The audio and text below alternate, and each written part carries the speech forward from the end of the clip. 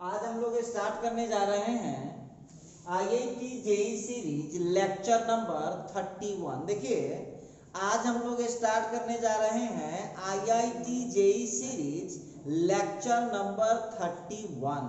तो अब इस लेक्चर में देखिए क्वेश्चन आप लोगों के सामने बोर्ड पर आ रहा है और ये क्वेश्चन एडवांस लेवल का क्वेश्चन है। जरा इस क्वेश्चन को हम लोग समझते हैं। कह रहा है कि m कोई 3x3 मैट्रिक्स है, सैटिस्फाई इतना इतना इतना, then the sum of diagonal entries. देख लीजिए एडवांस लेवल का है तो जितना आप सोचते नहीं है उतना उसमें दिमाग लगाता है वो। अब जरा गौर कीजिएगा, यहाँ पर क्वेश्चन दे दिया आप लोगों को। क्वेश्चन क्या दिया? तो क्वेश्चन ये दिया कि m कोई 3x3 ऑर्डर का मैट्रिक्स है, सैटिस्फाई जो संतुष्ट करता है इस कंडीशन को, तो उसके डायगोनल एंट्री का सम कितना होगा। ध्यान दीजिएगा, इसके दो मुख्य बातें। डायगोनल एंट्रीज का सम कितना होगा ये आपको बता रहा, पूछ रहा। अच्छा, एक बात और यहाँ पर सोचने वाली बात होगी। सबसे पहली बात तो क्वेश्चन लिखा कि m कोई 3x3 ऑर्डर का मैट्रिक्स है। तो देखिए इस क्वेश्चन का सॉल्यूशन है आसान, लेकिन घुमा देगा आपको। तो हम 3x3 ऑर्डर का एक मैट्रिक्स ले लेते हैं m। देखिए ध्यान दीजिएगा, तो ले लिया हमने ABC, यहाँ ले लिया XYZ, और फिर यहाँ ले लिया फिर यहाँ पे कुछ ले लीजिए अल्फा बीटा गामा लीजिए। 3x3 का मैट्रिक्स हो गया। अब आप लोगों को क्या चाहिए क्वेश्चन में? अब यहाँ पर इस क्वेश्चन के मुताबिक हमको निकालना होगा a plus y plus alpha. देखिए इसी का आंसर हमको निकालना है।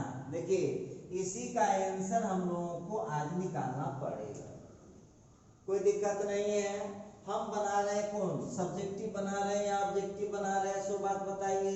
तो हम बना रहे हैं ऑब्जेक्टिव। तो ऑब्जेक्टिव जब बना रहे हैं तो हम बनाएंगे जस्ट उसको ऑब्जेक्टिव की तरह ही, ठीक है। तो आइए पहला केस दिख रहा हूं नाउ, सब लोग ध्यान देना। m के जगह पर क्या है? देखिए चालाक स्टूडेंट का काम देखिए, ABC सीखिए, सीखने से सब होता है। XYZ अल्फा बीटा गामा, ठीक है। और इनटू में हो गया आपको 0 1 0, इक्वल टू में हो गया है आपके पास -1 2 3। अब आप हमको बताइए, मेरी बात को छोड़ दीजिए, जितना फास्ट दिमाग काम करता है। देखिए यहाँ से हम लोगों को x का वैल्यू मिल जाएगा -1, y का वैल्यू मिल जाएगा 2, और फिर z का वैल्यू मिल जाएगा 3। और बहुत स्टूडेंट कहा कि सर आप अंतर्यामी हैं सर। बहुत विद्यार्थी कहा कि सर आप अंतर्यामी हैं, से देखते कह दिया। एक बात हमको बताइए सब लोग, क्या इसको गुना नहीं करना आता है आपको? इधर रो इधर कॉलम, क्योंकि ये दोनों एंट्री 0 है तो ये खत्म हो जाएगा, ये खत्म हो जाएगा, बचेगा कौन? x। वैल्यू कितना के बराबर है? -1। जब सेकंड रो को करेंगे तो यहाँ बचेगा क्या? y। वैल्यू इधर कितना है? 2। और जब थर्ड रो को करेंगे तो बचेगा क्या? z। वैल्यू कितना है? 1 आपको निकल गया। ऑब्जेक्टिव बना रहे हैं तो दिमाग इस तरह से आपको लगाना पड़ेगा, ठीक है। अच्छा चलिए, सेम टू सेम यहाँ पर दे रखा है। देखिए तो यहाँ पर जो हम लोगों को दे रखा है सेम टू सेम, यहाँ पर हम लोगों को क्वेश्चन में दिए हुआ, ध्यान दीजिएगा, एक छूट गया था उसमें हम लोगों का 1 -1 0 का है 1 1 -1। चलिए अब यहाँ पर ध्यान दीजिएगा, उसी तरह से यदि सेकंड वाले की चर्चा हम करें ध्यान दीजिएगा अल्सो। तो सेकंड वाला क्या है, एम के जगह रखिए ना, A B C X Y Z. अब देख लीजिए, ध्यान दीजिएगा, एक्स वाई जेड। अब एक्स वाई जेड तो निकल चुका है, अब आपको वैल्यू फाइनल है, एक्स वाई जेड मिल गया ना। तो एक्स वाई जेड मिल गया तो लिख दीजिए -1 हो गया, 2 हो गया, 3 हो गया। इसके बाद यहाँ का अल्फा बीटा गामा, और उधर क्या है इनटू में, क्या है आपको इनटू में दे, यहाँ भी सेकंड वाला यूज कर रहे हैं, इनटू में है 1 -1 0, और राइट हैंड साइड में क्या है तो 1 1 -1। अब एक बात हमको बताइए, मेरी बात को छोड़िए, सब लोगों को गुना करने आता है, तो ये हो जाएगा आपका, देखिए ध्यान दीजिएगा, जितना फास्ट आप कैलकुलेशन कर सकें, तो ये हो जाएगा आपका a -+1 = 1। तो यहाँ से a का वैल्यू 0 निकल गया, फिर इसको गुना कीजिए तो हो जाएगा b-2 0 को छोड़ दीजिए =1। तो यहाँ से b का वैल्यू मिल गया 3। उसी तरह से इसको जब करेंगे हम तो हो जाएगा c-3 -1, करिए ना, गुना करिए ना, घबराने की बात नहीं है। c-3 यहाँ पर निकला c का वैल्यू 2। ABC भी निकल चुका है आपको, कुछ न किए है, बहुत आसान है। फर्स्ट रो से इसको कर दिए, फिर सेकंड रो से कर दिए, फिर थर्ड रो से इक्वल कर दिए, आंसर आ गया। तो आप लोगों को जो ये आंसर निकला है ना, इसको आप मान लीजिए सेकंड। फिर देखिए ध्यान दीजिएगा, अब हम लोगों को अल्सो अब 2 कॉलम मिल चुका है, 2 कॉलम हमको मिल चुका है। अब देखिए ए बी सी का वैल्यू आ चुका है 0 3 2, यहाँ चले आएंगे, एम के जगह रख रहा हूँ। इसके बाद एक्स वाई जेड कितना है तो -1 2 3, और अब अल्फा बीटा गामा इनटू में क्या है, या थर्ड वाला में 1 1 1 = है हमारा 0 0 12। अब देखिए वो आपके ब्रेन पर डिपेंड करता है। अब आप लोगों को हम ये जहां तक पॉसिबल था इसको शॉर्ट करना, उतना शॉर्ट करके बता रहे हैं। देखिए अब इसका रो लिए, इसके कॉलम में 0 हो गया। अब हम लोगों को आ गया -1 + अल्फा = 0, तो अल्फा का वैल्यू हो गया 1। उसी तरह से 3 + 2, देखिए ध्यान दीजिएगा यहाँ पर, तो यहाँ 3 × 1 तो 3 हो गया, 2 × 1 तो 2 हो गया, अब प्लस बीटा = 0। यहाँ से बीटा का वैल्यू कितना आ गया है -5। अच्छा ठीक है, अब उसी तरह से यहाँ से कीजिए आप, तो हो जाएगा आपको 2 × 1 का 2, 3 × 1 का 3, और फिर इधर का गामा, और उधर कितना है 12। अब बताइए यहाँ से गामा का वैल्यू कितना आ रहा है भाई, गामा का वैल्यू आ गया 7। देखिए ऑब्जेक्टिव बना रहे हैं, ऑब्जेक्टिव की तरह कैलकुलेशन कीजिए। तो अब आप लोग ऑब्जेक्टिव की तरह जो कैलकुलेशन किए, तो अब सब कुछ का वैल्यू मिल गया है। अब एक बार फिर आप लोग क्वेश्चन पर नजर डालिए, क्या बोलता है, sum of diagonal entries. Diagonal entry का सम बताइए। बच्चे नहीं हैं आप लोग, एक बात हमको बताइए, इसमें डायगोनल एंट्री कौन है, यही ना है डायगोनल एंट्री। अब इसका सम बोलता है बताने के लिए, तो यहाँ पर हम लिख पाएंगे therefore the sum of diagonal entries। तो डायगोनल एंट्रीज का जो सम आया कौन कौन हो रहा है, a + y + गामा। वैल्यू रख दीजिए सबका। a का वैल्यू कितना निकाले हुए हैं तो 0 है, y कितना निकला हुआ है तो 2 है, गामा कितना निकला हुआ है तो 7 है। आंसर कितना आ गया है 9। यही आपका आंसर आया। ऑप्शन में चेक कर लीजिए इसका आंसर कितना है तो इसका आंसर है ए। अब इसका आंसर हो गया ए।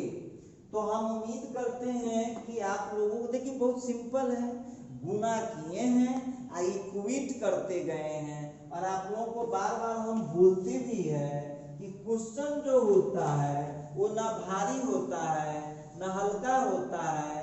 जिस क्वेश्चन का अप्रोच हम जान गए वो सस्ता होता है, और जिसका अप्रोच हम नहीं जानते हैं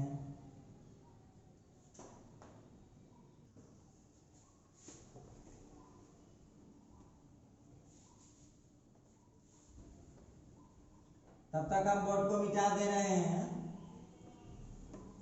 आप लोग थोड़ा होश में आइए फिलहाल।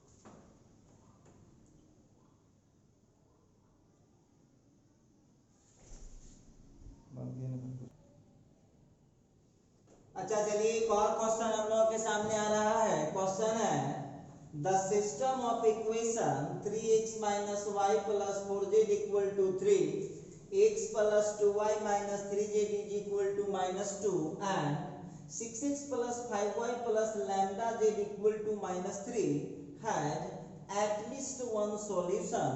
कम से कम एक सॉल्यूशन होगा for any real number lambda, जहां पर लैम्डा का वैल्यू -5 के इक्वल नहीं होगा। एटलीस्ट वन सॉल्यूशन का मतलब हुआ कि सॉल्यूशन एक होगा या नहीं तो एक से ज्यादा। तो मतलब क्लियर है कि जब एटलीस्ट वन कहता है, ध्यान दीजिएगा, जब एटलीस्ट वन कह दिया तो एटलीस्ट वन सॉल्यूशन का मतलब हो गया कि सॉल्यूशन यूनिक भी मतलब एक हो सकता है या अनंत हो सकता है। तो दो कंडीशन लगेगा, लेकिन आप खूब भली भांति जानते हैं कुछ भी हो लेकिन डिटरमिनेंट तो निकालना ही पड़ेगा, कोई उपाय नहीं। चलिए तो देख लीजिए, x का कोफिशिएंट 3 है, 1 है, 6 है, फिर y का कोफिशिएंट -1 है, 2 है, 5 है, और फिर उसी तरह से -1 है, 2 है, 5 है, और फिर 4 है, -3 है और लैम्डा। चलिए भाई पहले डिटरमिनेंट निकालिए, इसके बाद ही कुछ बातचीत होगी। तो डेल्टा के लिए यदि हम यहाँ पर निकालें तो आपका जितना फास्ट ब्रेन काम करता है, हम नहीं कुछ बोलेंगे, जितना फास्ट ब्रेन काम करता है उतना जल्दी आप तोड़ लीजिए। तो 3 के लिए हो जाएगा 2 लैम्डा, 3 के लिए हो जाएगा 2 लैम्डा माइनस +15। क्लियर है? अच्छा फिर यहाँ का -+1 इंटू हो जाएगा लैम्डा -+18। अब देखिए डिटरमिनेंट निकालिए आप लोग जैसे निकालना जानते हैं, और 4 के लिए हो जाएगा 5 माइनस 12, ठीक है। अब जो आप इसको तोड़िएगा तो यहाँ से डेल्टा का वैल्यू हो जाएगा 6 लैम्डा प्लस 45, फिर हो जाएगा लैम्डा, फिर हो जाएगा वहाँ पर प्लस 18 और फिर यहाँ का हो जाएगा माइनस 28। तो घबराइएगा नहीं, थोड़ा कीजिए कैलकुलेशन। तो यहाँ पर हम लोगों को जो आने वाला है, देखिए क्या आने वाला है, तो डेल्टा का जो वैल्यू आएगा हम लोगों को 6 लैम्डा प्लस लैम्डा कितना हो गया, तो 6 लैम्डा प्लस लैम्डा हो गया 7 लैम्डा, ठीक है। और ये हो गया 45 माइनस 10 हो जाएगा तो प्लस 35 हो जाएगा, क्लियर है। अब यहाँ पर करेंगे क्या, delta is equal to 7 common, तो लैम्डा प्लस 5 हो गया, इसको मान लीजिए इक्वेशन 1। चलिए आंसर तो आपको आ चुका है। अब कहेगा सर इतना जल्दी आंसर कैसे समझ गए आ चुका है, तो वो खुद बोलता है कि एटलीस्ट 1 सॉल्यूशन होगा, तो 2 केस बनेगा, 2 केस बनेगा एटलीस्ट 1 में। अब देख लीजिएगा तो यहाँ 2 कंडीशन बनता है, व्हेन सॉल्यूशन इज यूनिक, जब सॉल्यूशन यूनिक होगा, तो सॉल्यूशन जब यूनिक होगा तो आप जानते हैं कि डेल्टा 0 नहीं होता है, ठीक है। तो डेल्टा 0 नहीं होता है तो 7 into lambda plus 5 not equal to 0 हो गया, या lambda plus 5 not equal to 0, तो lambda is not equal to -5। चलिए एक आंसर तो इसी जगह मिल गया कि जब सॉल्यूशन यूनिक होगा। देखिए बहुत विद्यार्थी हमसे क्वेश्चन कर सकता है कि सर कहाँ लिख रखा था सॉल्यूशन यूनिक, आपको ठग रहा है, एटलीस्ट 1 सॉल्यूशन लिखा है, इसका मतलब है कि कम से कम एक सॉल्यूशन आएगा। तो कम से कम एक सॉल्यूशन का क्या मतलब हुआ, 1 2 3 4 5 6 7 8 इस तरह से अनंत तक। तो 2 केस बन रहे हैं, या तो सॉल्यूशन एक होगा अन्यथा सॉल्यूशन अनंत होगा, इनफाइनाइट सॉल्यूशन। तो इसके लिए अब वो खुद बोलता है, ध्यान दीजिएगा, जब लैम्डा का वैल्यू -5 हो जाएगा, बच्चे नहीं आप हमको बताइए, फ्रॉम 1 व्हेन जब लैम्डा का जो वैल्यू होगा वो -5 बन जा रहा है, गौर कीजिएगा, जब लैम्डा के जगह -5 आप रख देंगे तो जो डेल्टा हो रहा है डिटरमिनेंट 7 इंटू -5 प्लस 5, तो डेल्टा के लिए 7 इंटू 0 तो 0 आ गया है। तो यहाँ पर देख लीजिए, तो अब यहाँ पर एक ही फैसला क्लियर हो चुका है,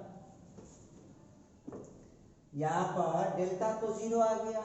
अब डेल्टा जब 0 आ गया तो अब देखना पड़ेगा, जानते हैं, अब आपको डेल्टा x देखना पड़ेगा। अब इनफाइनाइट सॉल्यूशन आता है, अब तक क्लियर करना पड़ेगा कि सॉल्यूशन इसका, तो वो तो खुद कह रहा है, ध्यान दीजिएगा। अब बहुत विद्यार्थी कहा कि सर हम कैसे समझेंगे, तो बाबू जब यहाँ डेल्टा का वैल्यू 0 आता है इसका मतलब है कि सॉल्यूशन कितना हो जाएगा, तो सॉल्यूशन इसका हो जाएगा इनफाइनाइट, क्लियर हो गया, सॉल्यूशन इसका हो जाएगा इनफाइनाइट, क्लियर है। जब सॉल्यूशन इसका आप इनफाइनाइट कर दीजिएगा, सॉल्यूशन जब इसका आप इनफाइनाइट कर दीजिएगा तो उसका आप लोगों को तरीका बताए होंगे कैसे निकालना है, बताए होंगे तरीका। इनफाइनाइट सॉल्यूशन में किसी एक वेरिएबल को मानना पड़ता है। अभी चारों ऑप्शन को ध्यान से देखिए, आप इस चारों ऑप्शन को ध्यान से देखिए, किसका मान के लिए हुआ है, चारों ऑप्शन में ध्यान से देखिए तो z का वैल्यू देख लीजिए, x का वैल्यू सब में के नहीं है, y का भी वैल्यू सब में के नहीं है, लेकिन z का वैल्यू चारों ऑप्शन में के है, दिखाई दे रहा है। इसका मतलब है कि यहाँ पर जो टेकअप किया है, जो टेकअप किए हुआ है वो क्या टेकअप किए हुआ है, तो z का वैल्यू k टेकअप किए हुआ, ठीक। तो z का वैल्यू जब k टेकअप किया है, गौर करने वाली बात है, z का वैल्यू जब k टेकअप किए हुआ है, तो अब आप हमको इसमें डाल के देख लीजिए, फट फट फट फट आंसर आपको मिल जाएगा। देखिए कैसे आंसर मिल जाता है, यहाँ पर आपके पास 3 इक्वेशन है। अब z का वैल्यू जब आप k डालेंगे,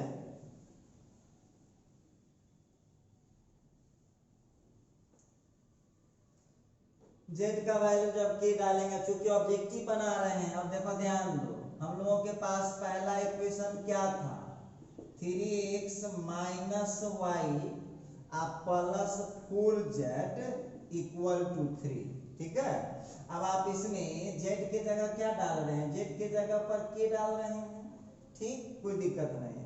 अब यहां से आपको एक इक्वेशन मिल जाएगा, 3x minus Y is equal to 3 minus 4k, 3 minus 4k, ठीक। अच्छा, फिर यहाँ चले आइए, z के जगह पर फिर जब k डालिएगा तब हो जाएगा x प्लस 2y, तो ये हो गया माइनस 2 प्लस 3k, इक्वेशन 2 हो गया।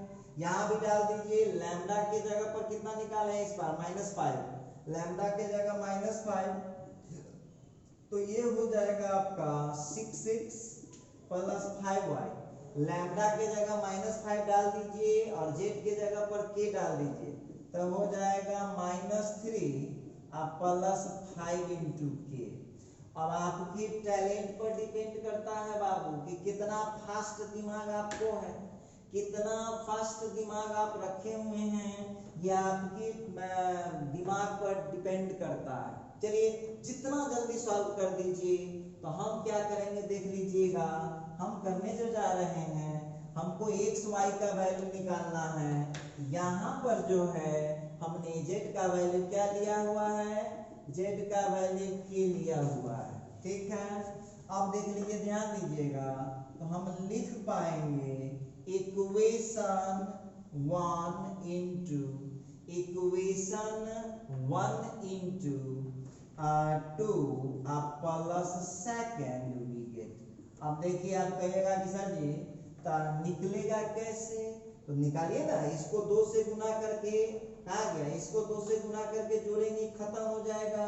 तो 6 2 7 6x 3 दूनी 6x 7 इंटू x हो जाएगा, उधर कर लीजिए, इसको 2 से गुना कीजिएगा तो कितना हो जाएगा 6, ठीक है, ये 6 हो जाएगा, -2 में जोड़ेंगे तो कितना आ जाएगा +4। यहाँ देख लीजिए, इसको 2 से मल्टीप्लाई कीजिए, 2 से मल्टीप्लाई कीजिए तो 2 से मल्टीप्लाई करेंगे तो कितना हो जाएगा, तो -8 हो जाएगा, +3k में जोड़ देंगे तो कितना हो जाएगा -5k।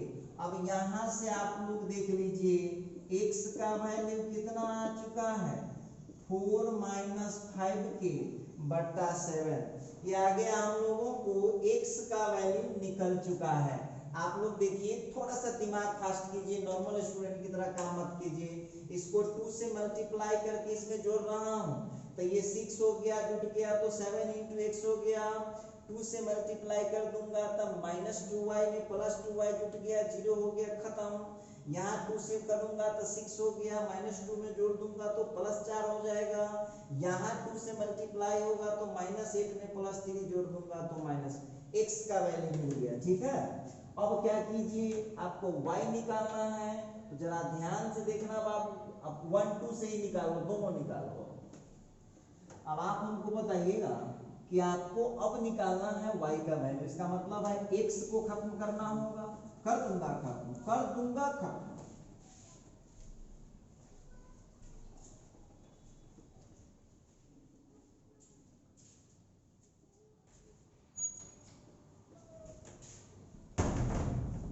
अब देखिए क्या करने वाले हैं हम,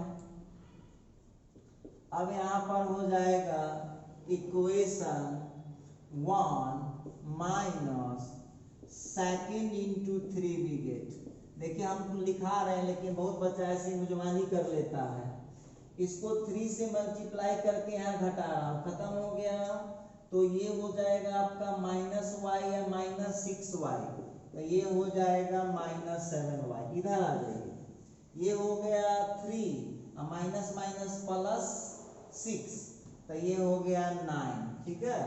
ये हो गया -4k, ये हो गया -9k, -4k -9k, तो कितना हो जाएगा -13k, ठीक है।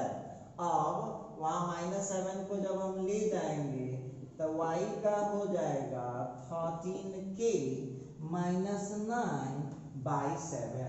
तो अब आप लोगों को यहाँ से आंसर निकल चुका है x का 4 -5k/7, y का 13k -9/7 और z का वैल्यू जो आ गया है वो आ गया है k।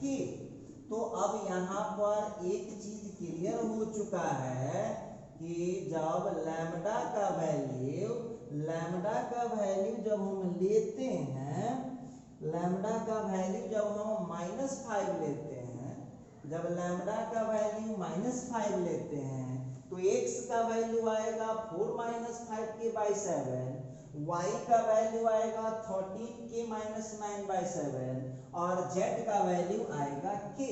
इस तरह से आप इसका आंसर मिला सकते हैं और आपके ऑप्शन के हिसाब से इस क्वेश्चन का आंसर कितना हुआ, तो इस क्वेश्चन का आंसर सी हो गया। तो चलिए हम उम्मीद करते हैं कि आप लोग समझ पा रहे हैं और कहीं कोई दिक्कत आपको नहीं होना चाहिए, बन जाएगा ये क्वेश्चन। तो अब हम थोड़ा सा आगे बढ़ते हैं, देखते हैं क्वेश्चन।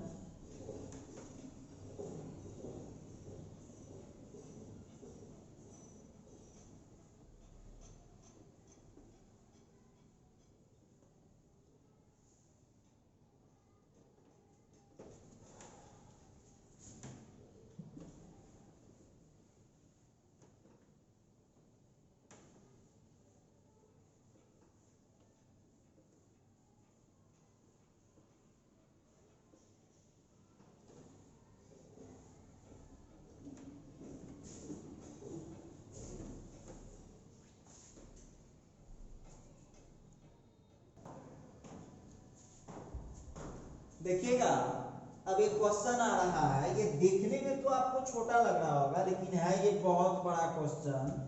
और ये जो है आपका ये एडवांस लेवल का क्वेश्चन, ये आपको एडवांस लेवल का क्वेश्चन है। जरा इस क्वेश्चन पर हम लोग बात करते हैं। क्वेश्चन बोला for what values of m के किस मान के लिए जज the system of equations 3x plus my equal to m and 2x minus 5y equal to 20 has a solution satisfying the conditions इतना। तो वहां तो क्वेश्चन क्लियर कर दिया है कि इसका जो सॉल्यूशन होगा, ये क्लियर है वहां पर क्वेश्चन में कि सॉल्यूशन होगा। तो इसमें आप क्या कीजिए, क्रेमर रूल लगा दीजिए, सस्ता पड़ेगा, बहुत सस्ता पड़ेगा। आइए अब देखिए, आप लोगों में से बहुत लोगों को कहता है, मान लो बहुत टीचर आपको पढ़ाया ही नहीं होगा क्रेमर रूल या होमोजेनियस। याद रखिएगा, यदि केवल आप 12th वाला पढ़े हुए हैं, ये सब नहीं पढ़े हुए हैं तो नहीं बनने वाला है। होमोजेनियस, क्रेमर और सिस्टम ऑफ लीनियर इक्वेशन तीनों एक साथ यदि पढ़े हैं तो बन जाएगा। और यदि उसमें से केवल वो 12th वाला पढ़े और ये होमोजेनियस और क्रेमर को छोड़ दिए हैं तो नहीं बनने वाला है। अच्छा एक बात बताइए, यहाँ पर आप पहले डेल्टा बताइए, डेल्टा क्या है? तो डेल्टा एक्स का ये दो ही वेरिएबल है, बहुत सस्ता दिख रहा है क्वेश्चन। 3m हो गया और इसमें y का 2 - 5, ठीक है। इसको जरा हम कैलकुलेट करते हैं तो हो गया -15 - 2m, ठीक है, डेल्टा हो गया। अब फिर यहाँ पर डेल्टा x देख लीजिए, डेल्टा x तो आप जानते हैं ना कि जिसके लिए निकलता है बस कांस्टेंट उसके जगह चला आता है। तो कांस्टेंट यहाँ पर m है और फिर दूसरे का 20, y को कुछ नहीं करेंगे, इसको भी निकाल लीजिए। तो निकाल लीजिएगा तो कितना हो जाएगा, -5m -20m, तो हो गया -25। इतना तो दिमाग जरूर काम करता होगा। अच्छा ठीक है, डेल्टा y का देख लीजिए, तो अब x को जस के तस उतार दीजिए, अब y की जगह कांस्टेंट वाला टर्म आ जाएगा m20, ठीक है। अब इसका यदि हम आंसर निकाल लें तो हो जाएगा 60 -2m। हम उम्मीद करते हैं इतना आप समझ पा रहे हैं, ठीक। अब यहाँ पर तो क्लियर है कि सॉल्यूशन के लिए आप जानते हैं फॉर द यूनिक सॉल्यूशन। अब देखिए बहुत महाशय ये कह रहे होंगे, बहुत महाशय ये कह रहे होंगे कि सर यूनिक सॉल्यूशन तो नहीं दिया है, वो लिखा है ना हैज ए सॉल्यूशन। क्वेश्चन यहाँ क्लियर कर दिया है कि इसके पास एक सॉल्यूशन है, एक सॉल्यूशन है। तो जब सॉल्यूशन इसके पास है तो ये तो क्लियर है बउआ कि डिटरमिनेंट 0 नहीं होगा। तो चलिए डिटरमिनेंट कितना है आपके पास, तो डिटरमिनेंट है आपके पास, डिटरमिनेंट है आपके पास -15 -2m नॉट इक्वल टू 0। तो यहाँ पर -2m नॉट इक्वल टू +15। अब यहाँ पर m नॉट इक्वल टू -15/2। चलिए ये तो ऐसे ही जानकारी की बातें, अभी हमारा आंसर हुआ नहीं है। अब हम लोग पहले x निकालते हैं, क्रेमर रूल लगाइए। तो x का क्या होता है, डेल्टा x/डेल्टा। निकालो बाबू, डेल्टा x कितना है, तो -25m, और डेल्टा कितना है -15 -2m। अब कैलकुलेशन कर लीजिए, तब 25m/15 + 2m। क्लियर है यहाँ तक, उम्मीद करते हैं। अच्छा अल्सो यहाँ पर y के लिए क्या लिखाएगा, तो डेल्टा y/y। तो डेल्टा y/y जब कीजिएगा तो देखिए वहां से y, तब तक आप लोग उसको निकालिए, हम थोड़ा पानी पीते हैं।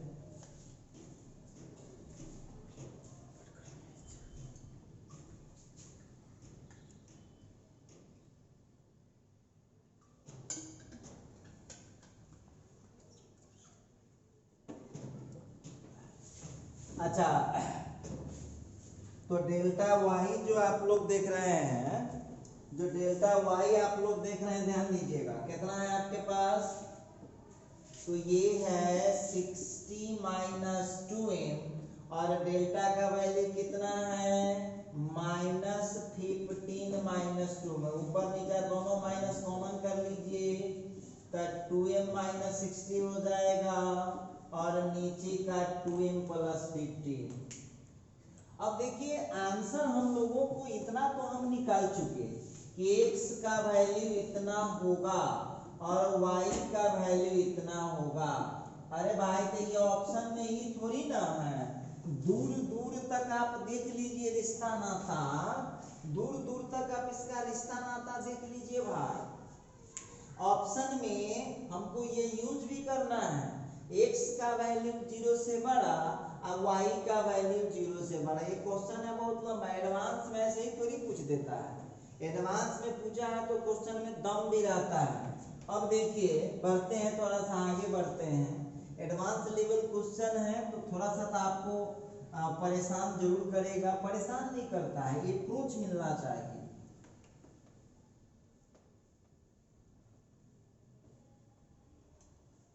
अब देखिए आप बना रहे हैं, क्या आप बना रहे हैं ऑब्जेक्टिव, सब्जेक्टिव तो हम बना नहीं रहे हैं, हम बना रहे हैं ऑब्जेक्टिव। तो देखिए जैसा देवता उस तरह की पूजा हम लोग करेंगे। कैसे करते हैं देखिएगा, हम लोगों को यहाँ पर दे रखा है हेयर x ग्रेटर देन 0 और y ग्रेटर देन 0। उठाइए x का वैल्यू उठाइए, तो कहाँ पर है, ये देखिए ये आपका इक्वेशन 2 में x का वैल्यू है और 3 में y का वैल्यू है। अब यहाँ पर हो जाएगा देयरफॉर x के जगह ले लिया हमने 25m by 15 plus 2m greater than 0, ठीक है।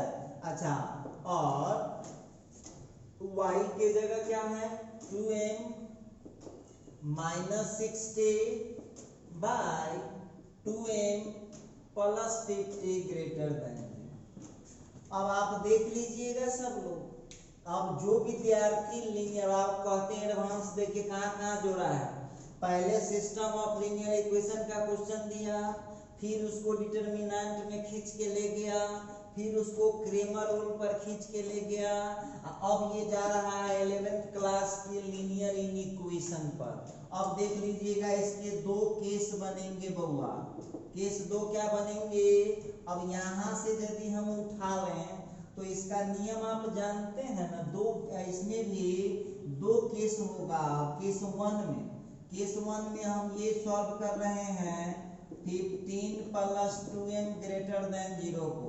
तो इसमें ए में देखिए नियम क्या है, 11th क्लास के लीनियर इन इक्वेशन में पढ़े होंगे, जब ग्रेटर देन 0 होता है तो दोनों ग्रेटर देन होगा, अन्यथा दोनों लेस देन होगा। तो चलिए यहाँ पर करिए, आप पहला केस लगाइए। तो यहाँ से हम लोगों को आ गया m ग्रेटर देन 0 और यहाँ m ग्रेटर देन -15/2।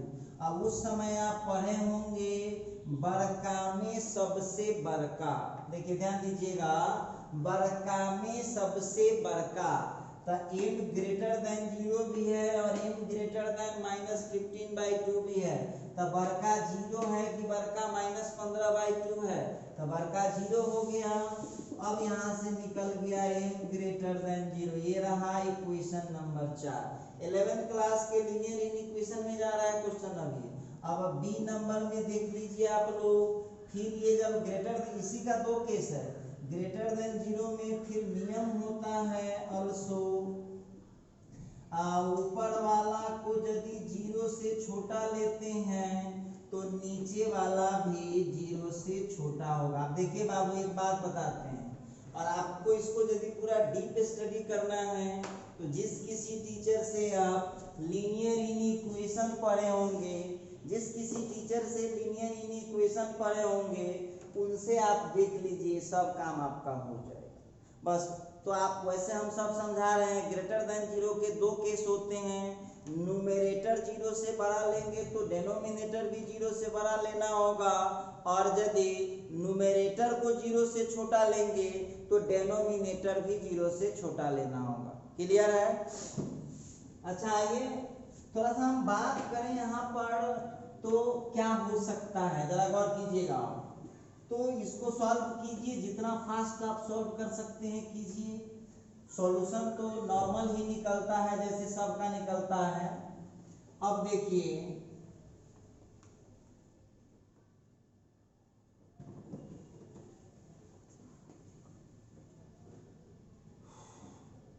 तो क्या मिल जाएगा, यहाँ ध्यान देना, तो आ जाएगा m less than 0 and m less than -15/2, ठीक है। तो बड़का में सबसे बड़का तो छोटका में सबसे छोटका, तो m लेस देन हो गया -15/2। ये रहा सॉल्यूशन नंबर 5। अब देखिए, तो आप लोगों को इक्वेशन 4 और 5 से यहाँ पर मिल चुका है। अब आप लोगों को फ्रॉम 4 एंड 5 क्या मिला, m का वैल्यू 0 से बड़ा होना चाहिए एंड m का वैल्यू कॉमा दे दीजिए, और m का वैल्यू -15/2 से छोटा। चलिए एक सॉल्यूशन, इसको हम लोग छठा मान लिए, ठीक है। अब लीजिए इसके केस 2। केस 2 क्या है भाई, अभी तो इसके लिए निकालें x ग्रेटर देन 0 के लिए, y ग्रेटर देन 0 भी तो है, तब सेम टू सेम उसी तरह से न्यूमरेटर 0 से बड़ा तो डेनोमिनेटर 0 से बड़ा, और न्यूमरेटर 0 से छोटा तो डेनोमिनेटर 0 से छोटा। तो केस 2 में जरा देख लीजिएगा आप लोग क्या हो सकता है, जरा गौर कीजिएगा। तो केस 2 में हम यहाँ पर देख रहे हैं 2m माइनस 60, 2m माइनस 60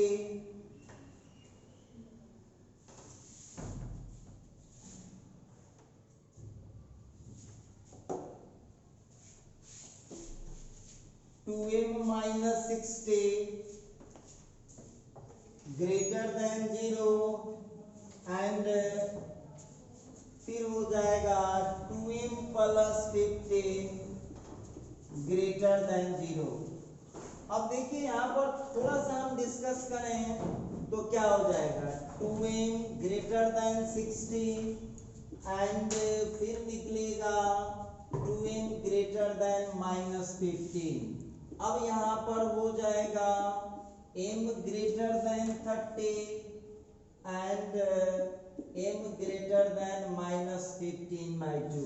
अब आप लोगों को उस समय से हम समझा रहे हैं लीनियर इक्वेशन क्या कहता है। तो लीनियर इक्वेशन में कहता है कि जब दोनों ग्रेटर होगा तो ग्रेटर में सबसे ग्रेटर लेते हैं। तब बोलिए 30 हुआ ग्रेटर या माइनस 15 by 2 हुआ ग्रेटर, तो ग्रेटर हो गया 30। तो यहाँ से हम ले लेंगे m ग्रेटर देन 30। ये रहा आपका इक्वेशन नंबर 7। अच्छा ठीक है, अब केस 2 का ए था, केस 2 का बी। देखिए ध्यान दीजिएगा, यहाँ केस 2 इसके लिए लगा रहे हैं। अब यहाँ पर हम लोगों के पास क्या था 2m minus 60 upon 2m plus 15 greater than 0। तो ग्रेटर देन 0 में दो केस लगाते हैं हम लोग। दो केस क्या लगाते हैं, न्यूमरेटर ग्रेटर देन 0 लेंगे तो डिनोमिनेटर भी ग्रेटर देन 0 लेना होगा, और दूसरा केस बनता है कि न्यूमरेटर को लेस देन 0 लेंगे तो डिनोमिनेटर को भी लेस देन 0 लेना होगा। तो देखिए यहाँ ध्यान दीजिएगा, दोनों ग्रेटर देन 0 हम लोग ले चुके हैं, तो अब हमको लेना पड़ेगा दोनों लेस देन 0 का केस। तो क्या हो जाएगा 2m माइनस 60 लेस देन 0, और फिर हो जाएगा 2m प्लस 15 लेस देन 0। थोड़ा सा और आगे बढ़ाइए, क्या मिलेगा 2m लेस देन 60। थोड़ा कैलकुलेशन करिए, माइंड से करिए कैलकुलेशन, इतना छोटा छोटा हो जाएगा। सीधा यहाँ 60 को 2 से डिवाइड करेंगे तो m लेस देन 30 हो जाएगा, और फिर यहाँ m less than minus 15 by 2 हो जाएगा। अब फिर देखिए रूल क्या है, ग्रेटर में सबसे ग्रेटर, उसी की तरह स्मॉलर में सबसे स्मॉलर। ध्यान दीजिएगा, तो आप लोगों को क्या मिला m लेस देन 30 और m less than minus 15 by 2। तो हम आपसे पूछना चाहते हैं कि 30 स्मॉलर है या माइनस 15 by 2 स्मॉलर है। तो हम कह सकते हैं कि यहाँ पर स्मॉलर कौन है, माइनस 15 by 2। इक्वेशन नंबर 8 हो गया। अब देखिए, अब हम जरा मिला ले इक्वेशन 7 और 8 को यदि मिलाए। देखिए ध्यान दीजिएगा, इक्वेशन 7 और 8 को यदि हम मिला लेते हैं तो क्या बनेगा, जरा गौर कीजिएगा। फ्रॉम 7 and 8 देखिए IIT एडवांस का क्वेश्चन है, IIT JEE एडवांस का क्वेश्चन है, तो इतना जल्दी नहीं आप इंजीनियर बन जाइएगा, तो थोड़ा सा दिमाग तो खर्च होगा ही। देखिए ध्यान दीजिएगा, m का वैल्यू हम लोगों को आ चुका है। अब 7 और 8 को मिलाइए तो क्या बना वैल्यू, m का वैल्यू ग्रेटर देन 30 और m का value minus 15 by 2। Final answer आ चुका है 9 नंबर। अब देखिए, हम जो आंसर लाए हुए थे, दो जगह आंसर लाए थे। एक इक्वेशन 6 में जरा गौर कीजिएगा, तो 6 में मैं लाया था m greater than 0 m less than minus 15 by 2। उसी तरह से 9 में हम लोग लाए हैं m greater than 30 m less than -15/2। जरा गौर कीजिएगा सब लोग, इक्वेशन 6 और इक्वेशन 9 ध्यान से देखिए तो कोई कॉमन चीज दिखाई दे रहा है? गौर से देखिएगा, इक्वेशन 6 और इक्वेशन 9 को गौर से देखिए तो हम देख रहे हैं कि ग्रेटर देन का साइन फिर 2 बार आ गया। देखिए ध्यान से देखिएगा, दोनों को हम अंडरलाइन किए, गौर कीजिएगा।